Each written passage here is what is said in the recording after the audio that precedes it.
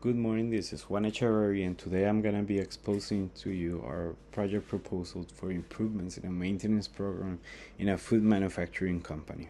First of all, I'm going to be giving you the agenda that we're going to be following today, and I'm going to be giving you a little bit background about the company with the merge and what we're doing now, what we're expecting to do now, our maintenance department, how it's divided, and our problem statement. Also, I'm going to be giving you the objectives that we seek to achieve with this project, the methodology that we're going to be using in order to achieve those objectives, and the schedule that we're going to be following in order to achieve those objectives in time. First of all, we are Century Frozen Foods. As you know, Kikwet and Titan, we merge, and now we are the major producers for our product in Puerto Rico. But with the Coca-Cola affiliation, we're starting to export our product to various states, and this has given us a production demand increment that we are now failing to keep up with. Our maintenance department is divided into three divisions. We have the utilities maintenance.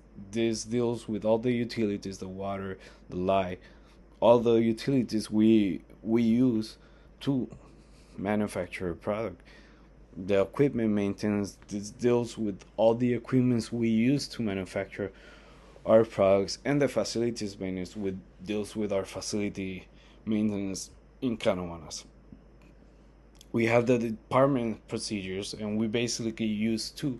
We have our corrective maintenance, which is the major maintenance we use in our company, which is means that as events occur, we deal with them, and the preventive maintenance, which is a maintenance that is uh, uh, with a frequency, and we use it mostly for our federal and state regulation maintenance. Our problem is that we have a high downtime frequency. We're having repeated situations with equipment, and the lead time on the spare parts is really high, causing us to have really long downtimes in our equipment. Our objectives with this project are simple: reduce the downtime due to our equipment failures and reduce downtime due to utility failures. We don't have downtime because of our facilities that much, so that's where we are looking to focus on our equipment and our utilities.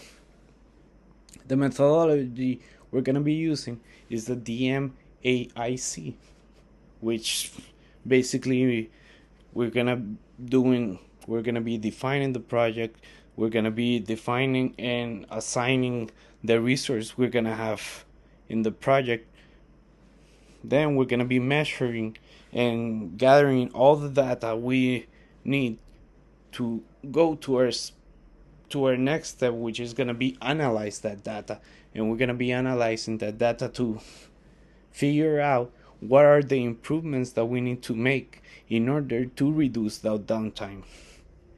And after we figure that out, we're going to go to our improve stage. We're going to implement those improvements and finally we're going to control. And what that means is that we're going to make sure and that we follow those improvements in order to achieve those objectives, not in the short run, but continue to with that improvement on the long run.